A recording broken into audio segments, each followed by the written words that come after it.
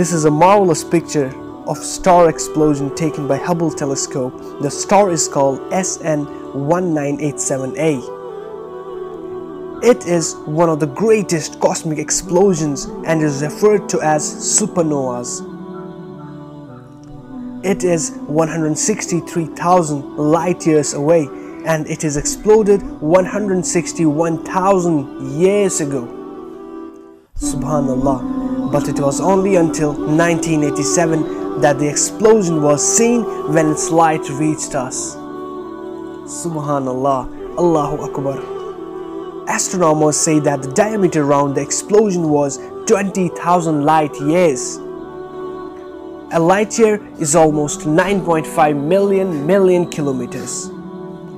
They also confirm that the true location of this star is currently unknown, and that specifying it requires extremely intricate calculations.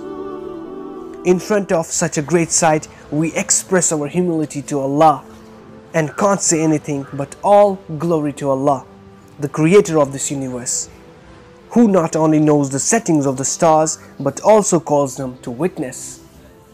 In the Quran, "Then I swear by the settings of the stars, and indeed it is an oath, if you could know, most great."